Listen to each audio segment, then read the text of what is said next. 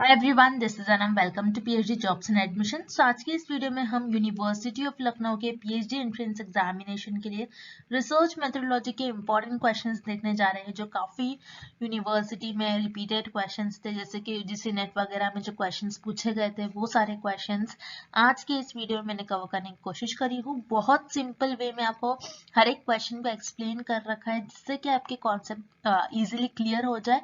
और उसी के साथ साथ मैं आपको बता दूं, फॉर योर पेपर 1 जो कि आपका रिसर्च मेथोडोलॉजी होता है, आप यहाँ पर देख सकते हैं क्लियरली यहाँ पर मेंशन करा गया है। रिसर्च मेथोडोलॉजी के लिए हम आपको कंप्लीट स्टडी पैकेज प्रोवाइड करते हैं विथ 100% पासिंग गारंटी, यानी हमारे ही कंटेंट से आपको एग्जामिनेशन में डायरेक्टली क्वेश्चंस पूछे जाएंगे, ये हम आपको गारंटी के साथ कहते हैं। प्रीवियस ईयरली काफी स्टूडेंट्स ने हमारे इस कोर्स को परचेज करा था, हमारे बैचेस बने थे, काफी 2 to 3 बैचेस थे हमारे यूनिवर्सिटी ऑफ लखनऊ के लिए ही, और काफी अच्छा रिजल्ट रहा हर एक बैचेस के लिए। तो हम आपको एंड मोमेंट पर किस तरीके से स्टडी करना है, revision package, last minute revision package, सब कुछ प्रोवाइड करते हैं, अगेन विद गारंटीड, यानी हमारे कोर्स से डायरेक्टली क्वेश्चंस पूछे जाएंगे, इस तरीके से हम आपको गारंटी देते हैं। तो जैसे कि स्क्रीन पर देख सकते हैं, आप हमें इस नंबर पर कांटेक्ट कर सकते हो हमारा स्टडी पैकेज परचेस करने के लिए, या फिर आप हमारे ऐप के थ्रू स्टडी मटेरियल को एक्सेस कर सकते हैं, जिसके लिए लिंक नीचे comment section as well as description box में दे रखा है। So that's it and let's begin with the today's lecture. तो जैसे कि मैंने आपके साथ बताया कि यूनिवर्सिटी ऑफ लखनऊ का पीएचडी एंट्रेंस एग्जामिनेशन होता है, तो उसका 2 पार्ट्स में होता है, paper 1 and paper 2। So paper 1 आपका रिसर्च मेथोडोलॉजी होता है, जो कि हर एक स्टूडेंट के लिए कॉमन होगा।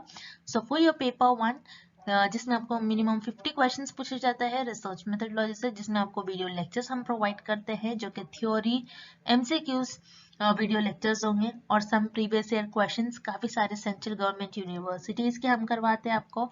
देन मॉक टेस्ट हम आपको प्रोवाइड करवाते हैं, टोटल 10 मॉक टेस्ट, और आपको बायलिंगुअल लैंग्वेज में देखने मिलेगा हर एक चीजें। देन नोट्स हम आपको प्रोवाइड करते हैं, जिसमें कि आपके जो इंटरव्यू में क्वेश्चंस पूछे जाते हैं वो भी हमने नोट्स में कवर कर रखे हैं, एंड रिविजन पीडीएफ जिसमें 1500 से भी ज्यादा इंपॉर्टेंट क्वेश्चंस हमने कवर कर रखा है।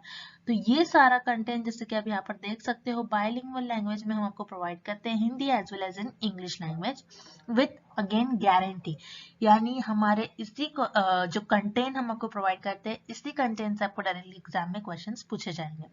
तो जिससे कि आप यहाँ पर देख सकते हो, आप स्क्रीन पर हमें कांटेक्ट कर सकते हो इस नंबर पर व्हाट्सएप के थ्रू, या फिर आप हमारे इस ऐप के थ्रू, याद रखिएगा इसी ऐप के थ्रू आपको स्टडी मटेरियल को एक्सेस करना है। हमारा ऐप का लोगो कुछ इस तरीके से दिखता है, जिसके लिए हमने पर्टिकुलरली लिंक प्रोवाइड कर रखी है नीचे comment as well as description box में, जिससे कि आप डायरेक्टली 1 क्लिक में जाकर हमारे स्टडी मटेरियल को एक्सेस कर पा सकते हो। काफी कम प्राइस में 100% आपको रिलायबल कंटेंट मिलेगा, 100% गारंटीड सिलेक्शन वाला कंटेंट मिल जाएगा। And also for paper two जो कि आपका सब्जेक्ट स्पेसिफिक होता है, पेपर 2 के लिए भी आपको फुल सिलेबस आपका नोट्स मिलेगा, यानी आपके कंप्लीट आपका सिलेबस कंप्लीट करवाया जाएगा नोट्स के through, and most expected MCQs में हम आपको प्रोवाइड करते हैं। तो ये काफी सारे सब्जेक्ट्स यहाँ पर हमने मेंशन कर रखा है, पेपर 2 के लिए भी आप स्क्रीन पर देख सकते हो। तो इन सारे सब्जेक्ट्स का आपको पेपर 2 का स्टडी मटेरियल भी मिल जाएगा। तो उसके लिए भी आपको दिए गए नंबर पर व्हाट्सएप के थ्रू कॉन्टेक्ट करना है, या फिर आप हमारे ऐप के थ्रू भी विजिट करके पेपर 2 की भी स्टडी मटेरियल को एक्सेस कर सकते हो। सो that's it and let's begin with the MCQs. First question, which scale of measurement has an absolute zero. इस क्वेश्चन में हमें फाइंड आउट करना है कौन सी स्केल ऑफ मेजरमेंट में जीरो का कुछ ना कुछ मीनिंग होता है। सो रिमेंबर, आपके जो मेजर ऑफ स्केल होते हैं उसमें आपके 4 type of scale of measurement होते हैं, जिसमें आपको ये जो 4 टाइप्स की स्केल ऑफ मेजरमेंट है उसको कुछ इस तरीके से इस शॉर्ट फॉर्म से याद रखना है। NOIR, N for nominal, O for ordinal, I for interval and R for ratio। Nominal का मतलब होता है कि जिसमें आपके पास जो भी नॉमिनल स्केल में जो भी आपके पास डेटा होगा, आप उसको उसके कैरेक्टरिस्टिक्स और फीचर्स के बेसिस पे आप उसको कैटेगराइज करोगे, आप उसको डिवाइड करोगे। ऑर्डिनल स्केल में क्या होता है, उसी तरीके से सेम नॉमिनल का जो कैरेक्टरिस्टिक्स होते हैं वही ऑर्डिनल में होते हैं, और ऑर्डिनल में आप क्या करते हो, जब भी आपके पास डेटा होता है उसको आप एक रैंक देते हो, आप उसमें कुछ ऑर्डर फॉलो करते हो। देन इंटरवल, इंटरवल में ऑर्डिनल के कैरेक्टरिस्टिक्स होते हैं और इंटरवल में क्या होता है, आपके जो नंबर्स होते हैं आप उनको एक पर्टिकुलर एक इक्वल इंटरवल्स में बांट देते हो। और रिमेंबर, इंटरवल जो होता है उसमें आपका जीरो का कुछ मीनिंग नहीं होता है। इंटरवल में आपके जीरो का कुछ मीनिंग नहीं होगा। जैसे टाइम है, टाइम पहले एक बजता है, फिर 2, फिर 3, 4, उसमें जीरो कभी आपने देखा टाइम कभी जीरो हो गया नहीं। तो उसी तरीके से इंटरवल में जीरो का कोई मीनिंग नहीं होता है। देन रेशो, रेशो में आपके इंटरवल की सारी कैरेक्टरिस्टिक्स होती है। जैसे आपके पास जो भी डेटा होता है आप उसको उसके कैटेगरीज उसके उसके कैरेक्टरिस्टिक्स और फीचर्स के बेसिस पर उस डेटा को कैटेगराइज करते हो, उसको डिवाइड कर लेते हो। देन आपके पास जो भी डेटा होता है आप उसको एक ऑर्डर देते हो और एक रैंक के बेसिस पर उसको कुछ ऑर्डर में अरेंज करते हो। देन रेशो में आपके पास जो भी नंबर्स होते हैं आप उसको एक इक्वल इंटरवल्स में डिवाइड कर लेते हो। एंड रेशो में जीरो का कुछ ना कुछ मीनिंग होता है। मान लीजिए आपकी एज 0 है, मतलब आपकी जब एज 0 थी तब आप उस दिन आपकी बर्थ हुई है, उस दिन आप पैदा हुए हैं। इसी तरीके से रेशो में जीरो का कुछ ना कुछ मीनिंग होता है। सो आपकी जो रेशो स्केल ऑफ मेजरमेंट है उसमें आपके जीरो का कुछ ना कुछ मीनिंग होगा। दैट्स व्हाई आपका करेक्ट ऑप्शन हो जाएगा option D, ratio. Next, tabulation sources of data is shown in the, इस क्वेश्चन में हमें फाइंड आउट करना है कि tabulation में sources of data को आप कहाँ मेंशन करते हो। सो tabulation क्या होता है पहले तो आपको ये पता होना चाहिए। tabulation का मतलब होता है कि आपके पास जो भी रिसर्च में आप जो भी डेटा कलेक्ट करते हो, जो भी इंफॉर्मेशन है, आप उस डेटा को टेबल में शिफ्ट करते हो, आप टेबल में उसको फिल करते हो। सो टेबल में फिल करने के बाद इंफॉर्मेशन को आप सोर्सेस ऑफ डेटा को कहाँ मेंशन करते हैं, हमें ये फाइंड आउट करना है। तो इस डायग्राम के थ्रू हम देखते हैं। जैसे कि आप देख रहे हो ये एक टेबल है। इस टेबल में हम सारी चीजें देखेंगे कि फुटनोट, बॉडी, स्टब और कैप्शन को आप कहाँ लिखते हो। सो फुटनोट, तो फुटनोट में आप जो सोर्सेस ऑफ डेटा मेंशन करते हो वो आपके जो इस भी पेज पे टेबल होगा उस पेज के बॉटम में आप फुटनोट मेंशन करोगे, मतलब सोर्सेस। फुटनोट्स में जो भी सोर्सेस ऑफ डेटा होगा, जहां से भी आपने डेटा लिया होगा, वो सारा मेंशन करते हो। देन बॉडी, बॉडी क्या होता है, आपके टेबल का जो मेन पार्ट है, जो मेन इंफॉर्मेशन है, जिसमें आपका यहाँ पर बॉडी होगा। जो भी इंफॉर्मेशन आप लिखोगे ये आपकी बॉडी होती है, main part of the table. Then stub, stub क्या होता है कि आपके जो ये हेडिंग्स होते हैं टेबल में, जो ऊपर साइड हेडिंग होते हैं उसे हम कहते हैं स्टब। देन कैप्शन, कैप्शन क्या होते हैं, आपका जो भी टाइटल होगा, टेबल के ऊपर जो भी टाइटल लिखते हो वो आपका हो जाएगा कैप्शन। अब इस क्वेश्चन में हमें पूछ रहा है कि टैबुलेशन में, मतलब टेबल में आप सोर्सेस ऑफ डेटा को कहाँ मेंशन करते हो। तो टैबुलेशन में सोर्सेस ऑफ डेटा को आप फुटनोट्स में, जो आपके टेबल के जिस पेज पर आपका टेबल होगा उस पेज के बॉटम में आप आपके सोर्सेस ऑफ डेटा को फुटनोट्स में मेंशन करते हो। दैट्स व्हाई आपका करेक्ट ऑप्शन हो जाएगा option A, footnote. Next, the research design in which the investigator studies the life experiences of individual in the life world is called। इस question में हमें फाइंड आउट करना है एक ऐसे रिसर्च डिजाइन जिसमें इन्वेस्टिगेटर, इन्वेस्टिगेटर का मतलब है यहाँ पर रिसर्चर, रिसर्चर को स्टडी करना है। यहाँ पर एक ऐसे रिसर्च डिजाइन होती है जिसमें रिसर्चर स्टडी करते हैं थ्रू कोई भी पर्सन है उनके लाइफ एक्सपीरियंस के बेसिस पर उस पर्टिकुलर फेनोमेना को डिस्क्राइब करते हैं। सो वो कौन से रिसर्च डिजाइन होंगे हमें ये फाइंड आउट करना है। सो रिमेंबर, वो आपकी रिसर्च डिजाइन होंगी फेनोमेनोलॉजी। फेनोमेनोलॉजी क्या होता है, जिसमें रिसर्चर किसी भी पर्सन के एक्सपीरियंस के बेसिस पे उस पर्टिकुलर फिनोमेना को डिस्क्राइब करने की कोशिश करते हैं। अब मान लीजिए फॉर एग्जांपल एक पर्सन है, उनको एक डिसीज हो गई है, मान लीजिए उनको लंग कैंसर हुआ है। ओके, सो इस केस में रिसर्चर क्या करेंगे, जो पर्सन को लंग कैंसर हुआ है, जो पर्सन लंग कैंसर से सफर कर रहे हैं, उनको पूछेंगे कि उनकी बॉडी इस टाइम पर कैसा बिहेव कर रही थी, या फिर उनको कोई चेस्ट में प्रॉब्लम थी, कोई ब्रीदिंग में प्रॉब्लम है, चेस्ट पेन हो रहा है, वो कैसा फील कर रहे थे उस टाइम पर, क्या उनकी बॉडी वो टायर्ड फील कर रहे थे या फिर वो वीक फील कर रहे थे, कि उनको ब्रीदिंग में कुछ प्रॉब्लम हो रही है, उनको कौन से बॉडी पेन हो रही है या फिर नहीं हो रही है, वो फिजिकली मेंटली उनकी बॉडी कैसे बिहेव कर रही है, वो सारी चीजें उनका एक्सपीरियंस जानकर उस पर्टिकुलर फिनोमेना को डिस्क्राइब करेंगे और एक्सप्लेन करेंगे। सो ये होता है आपका फेनोमेनोलॉजी। इस रिसर्च डिजाइन को हम कहते हैं फेनोमेनोलॉजी। अब रह गए बाकी ऑप्शंस को भी हम देख लेते हैं। ऑप्शन ए आपको गिवन है इथनोग्राफी। इथनोग्राफी क्या होता है? जो किसी कल्चर के बारे में स्टडी की जाती है, जैसे इंडियन कल्चर, वेस्टर्न कल्चर, उस कल्चर में लोगों का कैसा लाइफस्टाइल होता है उसके बारे में रिसर्च की जाती है। तो यहाँ पर ऐसा क्वेश्चन में आपको ऐसा कुछ कल्चर्स के बारे में नहीं पूछा गया है, तो यहाँ पर आपको ऑप्शन ए इनकरेक्ट हो जाएगा। Then option B ethology. Ethology क्या होता है? जिसमें आप एनिमल्स के बिहेवियर्स पर स्टडी करते हो। ओके, इथोलॉजी क्या होता है? जिसमें आप एनिमल्स के बिहेवियर्स पर स्टडी करते हो। इथोलॉजी ना ही कोई पर्सन के एक्सपीरियंस पर आप स्टडी करते हो, ना ही उससे कोई आप फेनोमेना को डिस्क्राइब करते हो। सो यहाँ पर आपका ऑप्शन बी इनकरेक्ट हो जाएगा। Then option C grounded theory. Grounded theory ये एक डेटा कलेक्शन मेथड है क्वालिटेटिव रिसर्च में, जिसमें आप किसी डेटा को एनालाइज करते हो, आप डेटा कलेक्ट करते हो, देन उसको एनालाइज करते हो, एंड देन आपके एनालिसिस पर बेस्ड, आपके ऑब्जर्वेशंस पर बेस्ड आप कोई थ्योरी को डेवलप करते हो। तो ये एक डेटा कलेक्शन टूल है, ये आप क्वालिटेटिव रिसर्च में इस मेथड को यूज कर एक थ्योरी को डेवलप करते हो। तो यहाँ पर आपका ऑप्शन सी भी इनकरेक्ट हो जाएगा। तो यहाँ पर आपका करेक्ट ऑप्शन हो जाएगा option D phenomenology. Next, The device that is used by researchers to collect data for a study is called। इस क्वेश्चन में हमें फाइंड आउट करना है कि ऐसी कौन सी डिवाइस होती है जो रिसर्चर यूज करते हैं अपने रिसर्च स्टडी में डेटा को कलेक्ट करने के लिए।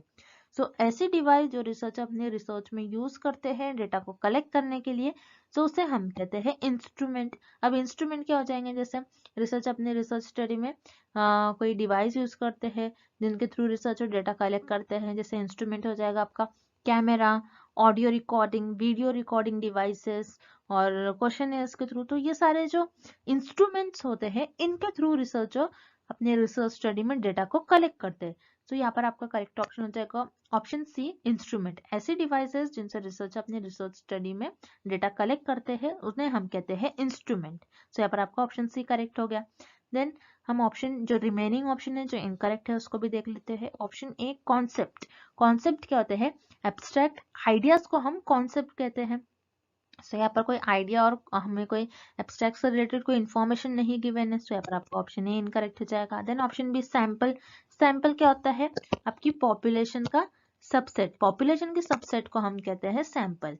तो यहाँ पर हमें ऐसा पॉपुलेशन से रिलेटेड भी कोई क्वेश्चन गिवन नहीं है, तो यहाँ पर आपका ऑप्शन बी इनकरेक्ट हो जाएगा। Then option D hypothesis. Hypothesis क्या होता है? हाइपोथेसिस एक टेंटेटिव स्टेटमेंट होता है जो रिसर्चर के assumptions और गेसेस पर बेस्ड होता है। टेंटेटिव स्टेटमेंट मतलब टेम्पररी स्टेटमेंट होता है जिसको रिसर्चर अपनी रिसर्च स्टडी में टेस्ट करते हैं। तो यहाँ पर हमें क्वेश्चन में भी ऐसा कुछ हाइपोथेसिस से रिलेटेड, कुछ टेंटेटिव स्टेटमेंट से रिलेटेड और रिसर्च के कोई अजम्पशन से रिलेटेड कोई पूछा नहीं है क्वेश्चन में। सो यहाँ पर आपका ऑप्शन डी भी इनकरेक्ट हो जाएगा। तो ऐसी डिवाइस जिनसे रिसर्चर डेटा कलेक्ट करते हैं अपने रिसर्च स्टडी में उन्हें हम कहते हैं इंस्ट्रूमेंट। सो यहाँ पर आपका ऑप्शन सी करेक्ट हो जाएगा, instrument. Next, Which one of the following represent a sample group? इस क्वेश्चन में हमें फाइंड आउट करना है कि कौन सा ऑप्शन आपके सैंपल ग्रुप को रिप्रेजेंट कर रहा है। अब रिमेंबर इस क्वेश्चन के लिए आपको बस दो ही ऑप्शंस पर फोकस करना है, एक है आपका जर्नल पॉपुलेशन, एक है आपका टारगेट पॉपुलेशन। अब रह गई बात आपकी ऑप्शन बी और सी की। ऑप्शन बी आपका है control group and option C is study group. Study group क्या होता है? जिसमें आप एक ग्रुप बनाते हैं उसमें स्टडी की जाती है। तो सैंपल ग्रुप, स्टडी ग्रुप आपके सैंपल ग्रुप को रिप्रेजेंट नहीं करता है, ऑब्वियसली यहाँ पर आपका ऑप्शन सी इनकरेक्ट हो जाएगा। Then option B control group. Control group ये एक्सपेरिमेंटल रिसर्च का पार्ट होता है। सो एक्सपेरिमेंटल रिसर्च में आपके दो ग्रुप होते हैं, एक होता है आपका कंट्रोल ग्रुप एंड सेकेंड होता है आपका ट्रीटमेंट। Okay, treatment group. अब ट्रीटमेंट ग्रुप क्या होता है? जिसमें मान लीजिए आप किसी डिसीज के अगेंस्ट ड्रग डेवलप कर रहे हो। सो ट्रीटमेंट ग्रुप में आप एक्चुअल ड्रग दोगे, आपके जो सैंपल्स हैं उनको एक्चुअल ड्रग दोगे, और कंट्रोल ग्रुप वो ग्रुप होते हैं जिनको आप ड्रग नहीं दोगे बल्कि आप कोई प्लेसिबो दोगे या फिर कोई जेम्स की गोली दोगे, लेकिन एक्चुअल ड्रग नहीं दोगे। आप उस ग्रुप को कंट्रोल ग्रुप कहते हो। ओके, सो कंट्रोल ग्रुप भी आपकी सैंपल ग्रुप को रिप्रेजेंट नहीं करता है। सो यहाँ पर आपका ऑप्शन बी भी इनकरेक्ट हो जाएगा। अब रह गई आपकी ऑप्शन ए एंड डी की बात। ओके, ऑप्शन ए आपको गिवन है general population and option D is target population. So remember general population क्या हो जाएगी कि आपकी जो पूरी पॉपुलेशन है वो जर्नल हो जाएगी। अब मान लीजिए यहाँ पर एक पॉपुलेशन, ये पूरी जनरल पॉपुलेशन, जितनी भी पॉपुलेशन ये पूरी ले ली हमने, तो ये जनरल पॉपुलेशन हो जाती है। अब टारगेट पॉपुलेशन क्या होती है? टारगेट पॉपुलेशन मतलब मान लीजिए मुझे एक स्टडी करनी है स्मोकर्स पर, ओके मुझे एक स्टडी करनी है स्मोकर्स पर। सो मैं अपनी पॉपुलेशन में से ऐसे मेंबर्स को सिलेक्ट करूंगी जो स्मोकिंग करता हो। सो मैंने क्या कर लिया, अपने पॉपुलेशन में से ये पर्सन को, इस पर्सन को, इस पर्सन को, इस पर्सन को, और भी एक दो पर्सन हो गया जो स्मोकिंग करते होंगे। ठीक है, मैंने ऐसे पर्सन जो स्मोकिंग करते हैं, जो मैंने रेड से यहाँ पर मार्क करी हो, ऐसे पर्सन है जो स्मोकिंग कर रहे हैं। सो मैं अपने स्टडी में ऐसे पर्सन को सिलेक्ट करूंगी, अपने पॉपुलेशन में से ऐसे मेंबर्स को सिलेक्ट करूंगी जो स्मोकिंग करते हैं। सो मैंने पॉपुलेशन में से जिन जिन को मार्क करा है वो मेरी हो जाएंगे टारगेट पॉपुलेशन। ओके, ये सारे मेरे पर्सन क्या हो जाएगा? टारगेट पॉपुलेशन, ऐसे पर्सन जो स्मोकिंग करते हैं। जनरल पॉपुलेशन क्या हो जाएंगे? जिसमें दोनों भी मेंबर्स आ जाएंगे, जो स्मोकिंग करते हैं और जो स्मोकिंग नहीं भी करते हैं। लेकिन मेरी स्टडी का पार्ट क्या होगी? मेरी टारगेट पॉपुलेशन क्या होंगी? स्मोकर्स, जो ऐसे लोग जो स्मोकिंग करते हैं। तो मैं क्या करूंगी, इन्हीं लोगों को लूंगी जो मेरा एक सैंपल बन जाएंगे, ये सैंपल ग्रुप हो जाएगा। सो रिमेंबर, आपका जो सैंपल ग्रुप है, जो आपके सैंपल ग्रुप को रिप्रेजेंट करता है, वो करता है आपका टारगेट पॉपुलेशन। दैट्स व्हाई आपका करेक्ट ऑप्शन हो जाएगा option D, target population, not journal population.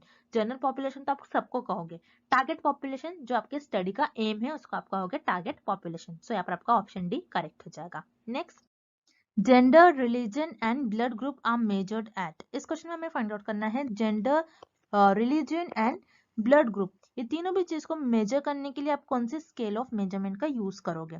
So remember, gender, religion and blood group में आपके पास जो भी डेटा होगा, जो भी इंफॉर्मेशन होगा, वो आपके पास नंबर्स के फॉर्म में तो नहीं होगा। दैट्स व्हाई यहाँ पर आपका ऑप्शन सी और डी दोनों भी इनकरेक्ट हो जाएगा, because interval scale of measurement and ratio scale of measurement में आपके पास जो भी डेटा होता है it is in the form of numbers, लेकिन यहाँ पर आपके पास जो डेटा है वो नंबर्स के फॉर्म में नहीं है। सो यहाँ पर आपका ऑप्शन सी और डी दोनों भी इनकरेक्ट हो जाएगा। अब रह गई बात आपकी ऑप्शन ए और बी की। आप gender, religion and blood group, ये जो आपके पास तीनों भी हम आपको कुछ एग्जाम्पल गिवन है। तो जेंडर क्या होता है? जिसमें मेल और फीमेल्स दोनों भी प्रेजेंट होंगे, आप उनको उनके कैटेगरीज के बेसिस पे डिवाइड कर देते हो। उसी तरीके से रिलीजन को और ब्लड ग्रुप को भी। लेकिन यहाँ पर आप किसी चीज को रैंक नहीं दे सकते हो। आप ऐसा नहीं कह सकते कि फीमेल अच्छे होते हैं, मेल ही अच्छे होते हैं, फीमेल ही अच्छे होते हैं। आप किसी चीज को रैंक नहीं दोगे। सो ऑर्डिनल स्केल ऑफ मेजरमेंट में हम किसी भी चीज को रैंक देते हैं। सो यहाँ पर आपको जो इन्फॉर्मेशन गिवन है और जो चीजें गिवन है, जैसे जेंडर, रिलीजन, ब्लड ग्रुप, आप उसमें किसी भी चीज को रैंक नहीं देंगे, किसी चीज को बताओगे नहीं कि ये रिलीजन अच्छा है, वो रिलीजन अच्छा है, ये जेंडर अच्छा है, वो जेंडर अच्छा है। दैट्स व्हाई आपका ऑप्शन बी भी इनकरेक्ट हो जाएगा। अब रह गई बात आपकी ऑप्शन ए की, nominal scale of measurement. Yes, यहाँ पर आपका ऑप्शन ए करेक्ट हो जाएगा, because nominal scale of measurement में आप क्या करते हो, लोगों को उनके कैरेक्टरिस्टिक्स के बेसिस पर, उनके फीचर्स के बेसिस पर डिवाइड करते हो, उनको कैटेगराइज कर लेते हो। सो उसी तरीके से gender, religion and blood group में आप क्या करते हो, जो भी सेम कैरेक्टरिस्टिक्स के लोग हैं, सेम ब्लड ग्रुप के लोग हैं, सेम रिलीजन के लोग हैं, सेम जेंडर है, उनको कैटेगराइज कर दोगे डिफरेंट डिफरेंट ग्रुप्स में। सो यहाँ पर आपका ऑप्शन ए करेक्ट हो जाएगा। Gender, religion and blood group को मेजर करने के लिए आप नॉमिनल स्केल ऑफ मेजरमेंट का यूज करोगे। दैट्स व्हाई आपका ऑप्शन ए करेक्ट हो जाएगा। Next, the variable which is influenced by the intervention of a researcher is called। इस क्वेश्चन में हमें फाइंड आउट करना है कि ऐसा कौन सा वेरिएबल है जो चेंज होता है अगर रिसर्चर अपनी रिसर्च स्टडी में कोई स्ट्रेटेजीज को चेंज करे। अब इस क्वेश्चन को हम और इजी तरीके से समझते हैं, एक एग्जांपल लेकर। मान लीजिए एक रिसर्चर है, रिसर्चर ने एक वैक्सीन, रिसर्चर को एक वैक्सीन डेवलप करना है कोई डिसीज के अगेंस्ट। ओके, सो रिसर्चर इस केस में क्या करेंगे, पहले एक डोज देकर देखेंगे कि वो डिसीज क्योर हो रही है या फिर नहीं, कि डिसीज में कोई इम्प्रूवमेंट आ रहा है या फिर नहीं आ रहा है। तो रिसर्चर क्या करेंगे, जो वैक्सीन है उसका डोज डबल कर देंगे। ओके, डबल करने के बाद देखेंगे कि वो डिसीज इंप्रूव हो रही है या फिर नहीं हो रही है। तो यहाँ पर रिसर्चर ने क्या करा, स्ट्रैटेजीज लगाया, एक स्ट्रैटेजी लगाकर स्ट्रैटेजी चेंज करा। पहले रिसर्चर ने बोला मैं एक ये जो डिसीज है पर्टिकुलर, मान लीजिए कोई XYZ डिसीज है, इस डिसीज के अगेंस्ट में एक डोज दूंगा और देखते हैं कि वो डिसीज क्योर हो रही है या फिर नहीं हो रही है।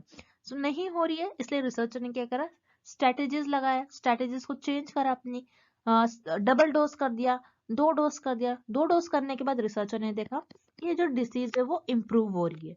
तो इस स्टडी में रिसर्चर ने क्या किया, कुछ वेरिएबल को चेंज करा, अपने स्ट्रैटेजीज लगाकर कुछ वेरिएबल्स को चेंज करा, जो कि आपका इस केस में ये इंडिपेंडेंट वेरिएबल है। रिसर्चर ने इंडिपेंडेंट वेरिएबल पर स्ट्रैटेजीज लगाया, स्ट्रैटेजीज अपने चेंज करे। सो कौन सा वेरिएबल चेंज हो रहा है इस केस में, डिपेंडेंट वेरिएबल। डिपेंडेंट वेरिएबल इस केस में आपका है डिसीज इंप्रूवमेंट, कि आपकी डिसीज इंप्रूवमेंट को रिसर्चर ऑब्जर्व कर रहे हैं। सो ये आपका डिपेंडेंट वेरिएबल है। सो रिमेंबर, जब भी रिसर्च अपने रिसर्च स्टडी में कोई स्ट्रैटेजीज को चेंज करते हैं, सो कौन सा वेरिएबल चेंज होगा आपका, सिर्फ और सिर्फ डिपेंडेंट वेरिएबल। दैट्स व्हाई आपका करेक्ट ऑप्शन हो जाएगा option C, dependent variable. Next, the restrictions that a researcher places on the study before gathering the data are called। इस क्वेश्चन में हमें फाइंड आउट करना है ऐसे restrictions जो रिसर्चर अपने रिसर्च स्टडी में प्लेस करते हैं डेटा को गैदर करने से पहले। सो उसको हम क्या कहते हैं, उसको हम कहते हैं डिलिमिटेशंस। डिलिमिटेशंस क्या होते हैं, वो फैक्टर होते हैं जिनको रिसर्चर अपनी रिसर्च स्टडी में कंट्रोल कर सकते हैं।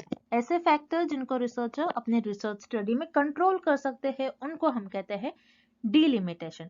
अब डिलिमिटेशन में जैसे फॉर एग्जांपल कैसा होगा डिलिमिटेशंस, मतलब कि रिसर्चर अपने रिसर्च स्टडी में जो भी रिसर्च का टॉपिक होगा उस पर जब भी रिसर्चर रिसर्च करते हैं, सो रिसर्चर के कंट्रोल में कोई कोई थिंग्स होती है, जैसे कितना सैंपल सेलेक्ट करना है, कहाँ से सैंपल लेना है, कितना डेटा कितना कहाँ से मैं डेटा कलेक्ट करूंगा, कौन से मेथड से मैं सैंपल्स को सेलेक्ट करूंगा, कितना सैंपल होना चाहिए।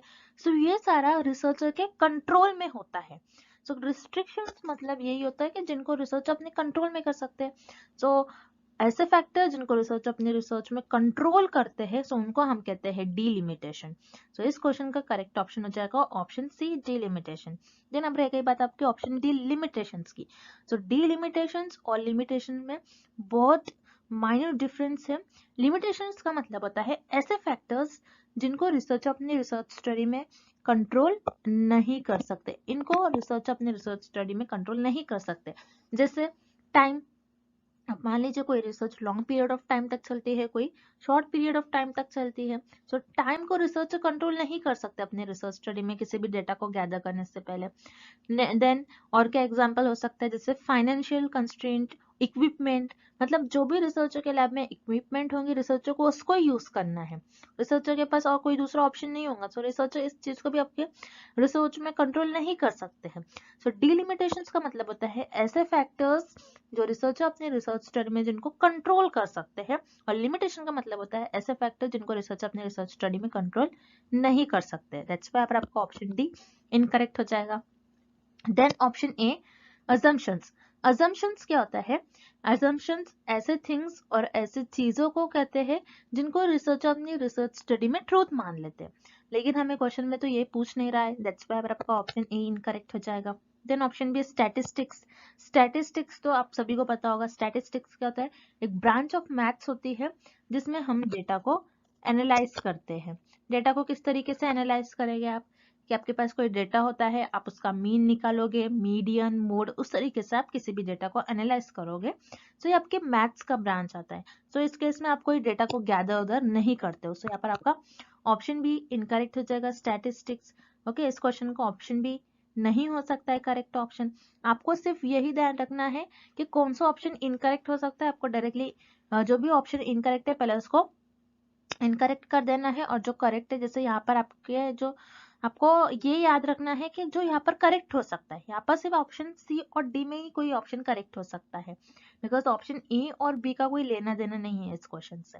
सो ऐसे रिस्ट्रिक्शंस, ऐसे फैक्टर जिनको रिसर्चर अपने रिसर्च में कंट्रोल करता है किसी भी डेटा को गैदर करने से पहले, सो उनको हम कहते हैं डिलिमिटेशंस। दैट्स व्हाई आपका करेक्ट ऑप्शन हो जाएगा option C, delimitations. Next, deductive reasoning is applied in one of the following. इस क्वेश्चन में हमें फाइंड आउट करना है कि डिडक्टिव रीजनिंग हम कौन सी रिसर्च में अप्लाई करते हैं। अब डिडक्टिव रीजनिंग होता क्या है, डिडक्टिव रीजनिंग में रिमेंबर आप क्या करते हो, किसी भी जर्नल थ्योरीज को आप जर्नल थ्योरीज को प्रूव करने की कोशिश करते हो। डिडक्टिव रीजनिंग में आप किसी भी जर्नल थ्योरीज को प्रूव करने की कोशिश करते हो। सो वो होता है आपका डिडक्टिव रीजनिंग। अब हम वन बाय वन ऑप्शंस देखते हैं। तो पहले हम ऑप्शन सी और डी देखेंगे। ऑप्शन सी आपको गिवन है एक्शन रिसर्च। एक्शन रिसर्च में हम क्या करते हैं, किसी भी प्रॉब्लम को इमीडिएटली सॉल्व करते हैं। एक्शन रिसर्च में आप कोई जर्नल थ्योरीज को प्रूव करने की कोशिश नहीं करते हो, आप यहाँ पर कोई प्रॉब्लम होती है उसको इमीडिएटली सॉल्व करते हो।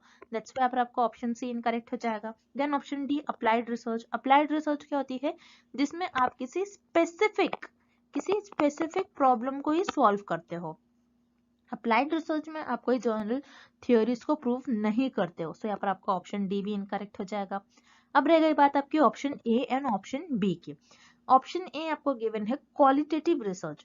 क्वालिटेटिव रिसर्च क्या होती है आपकी, रिमेंबर क्वालिटेटिव रिसर्च आपकी इंडक्टिव रीजनिंग होती है। क्वालिटेटिव रिसर्च आपकी इंडक्टिव रीजनिंग, क्वालिटेटिव रिसर्च में आप इंडक्टिव रीजनिंग अप्लाई करते हो। अब इंडक्टिव रीजनिंग क्या होता है, जिसमें आप आपके जो पर्टिकुलर ऑब्जर्वेशंस होते हैं, आपके ऑब्जर्वेशंस की बेसिस पर आप कोई थ्योरी डेवलप करते हो।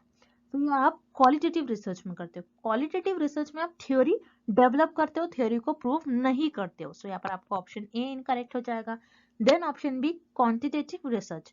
यस, आपकी जो क्वांटिटेटिव रिसर्च होती है वो डिडक्टिव रीजनिंग आप क्वांटिटेटिव रिसर्च में अप्लाई करते हो। अब क्वांटिटेटिव रिसर्च में आप डिडक्टिव रीजनिंग किस तरीके से अप्लाई करोगे, तो क्वांटिटेटिव रिसर्च में आप क्या करते हो, आपके पास जर्नल थ्योरी पहले से ही अवेलेबल होती है, देन उसके बेसिस पर आप उस थ्योरी को एनालाइज करते हो, उस पर हाइपोथेसिस ले डाउन करोगे, उसको एनालाइज करोगे, उसको ऑब्जर्व कर उस थ्योरी को प्रूव करोगे।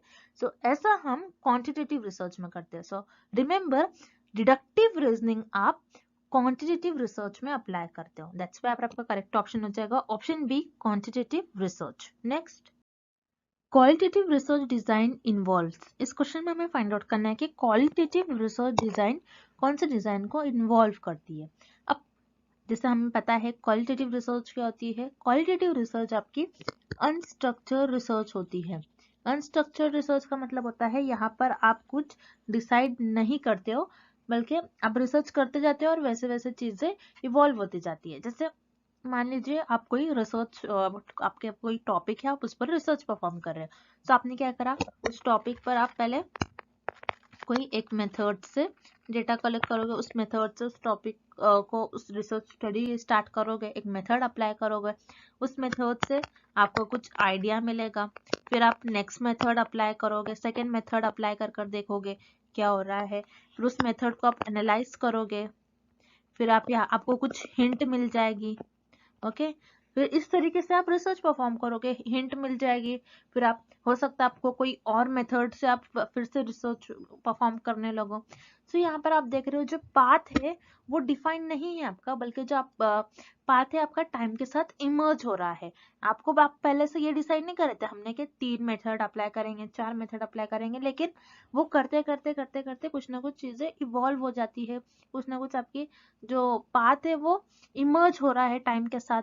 ओके, सो रिमेंबर जहां पर आप देख रहे हो कि क्वालिटेटिव रिसर्च अनस्ट्रक्चर होती है, यहाँ पर आप कोई पहले से डिसाइड नहीं करते हो, टाइम के साथ साथ ये आपके जो टाइम के साथ साथ होते हैं, ये सारे चीजें आपके इमर्ज होते जाते हैं, आपका जो रिसर्च ड्यूरेशन है इवॉल्व होता है। सो रिमेंबर, इसलिए क्वालिटेटिव रिसर्च डिजाइन आपका इमर्जेंट डिजाइन को इन्वॉल्व करता है। जैसे हमने अभी देखे, क्योंकि क्वालिटेटिव रिसर्च में आपका जो पाथ होता है वो डिफाइन नहीं होता है, बल्कि आपका पाथ टाइम के साथ साथ इमर्ज होता है, इसलिए qualitative research design involves emergent design. So यहाँ पर आपका ऑप्शन बी करेक्ट हो जाएगा। अब रह गई बात आपकी ऑप्शन ए और ऑप्शन सी की।